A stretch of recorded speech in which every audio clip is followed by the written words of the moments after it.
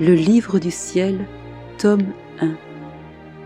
Jésus appelle l'âme de Louisa à se perfectionner conformément à sa volonté.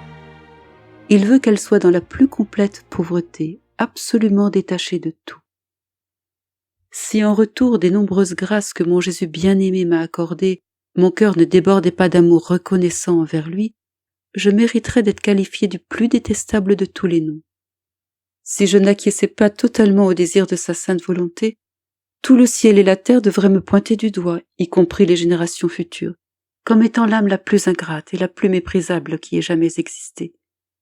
Ce serait comme si un va-nu-pied couvert de guenilles sales boudait un seigneur très fortuné qui l'inviterait à devenir copropriétaire de ses immenses possessions et de s'en occuper comme si elles étaient siennes. Ce pauvre indigent ne deviendrait-il pas la risée de tous? Jésus a agi ainsi avec moi. En échange de mon néant, il m'a accordé de posséder en commun avec lui ses biens infinis, à la seule condition que j'en prenne soin. Je ne lui ai rien apporté si ce n'est mon néant. Avez-vous déjà vu quelque chose de semblable? Je me sens toute gênée d'en parler. Et Jésus devint non seulement propriétaire de mon néant, mais aussi de mes imperfections, qu'il veut totalement purifier dans son infinie perfection. Oh, comme je suis endettée envers lui!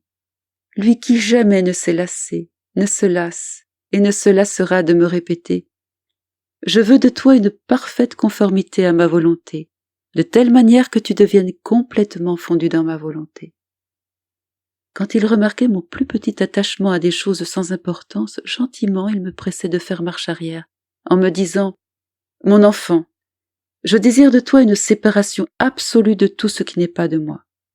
Je veux que tu considères tout ce que tu sais être de la terre comme fumier, dégoûtant à regarder.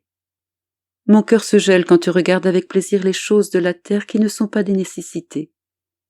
Elles ennuagent les choses célestes en toi et retardent le mariage mystique que j'ai promis de conclure avec toi.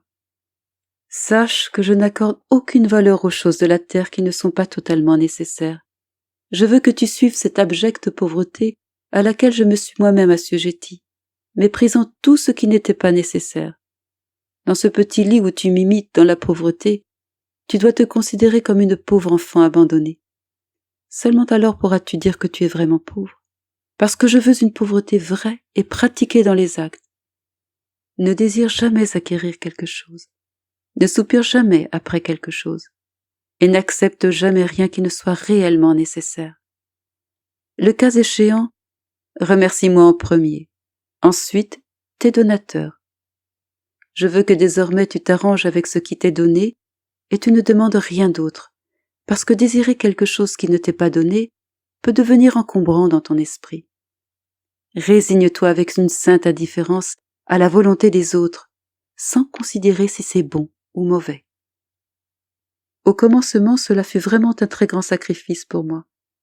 Mais rapidement, j'ai vu à ne pas penser à ceci ou cela. À l'exception de ce dont j'avais vraiment besoin, je ne demandais rien qui ne m'était pas offert.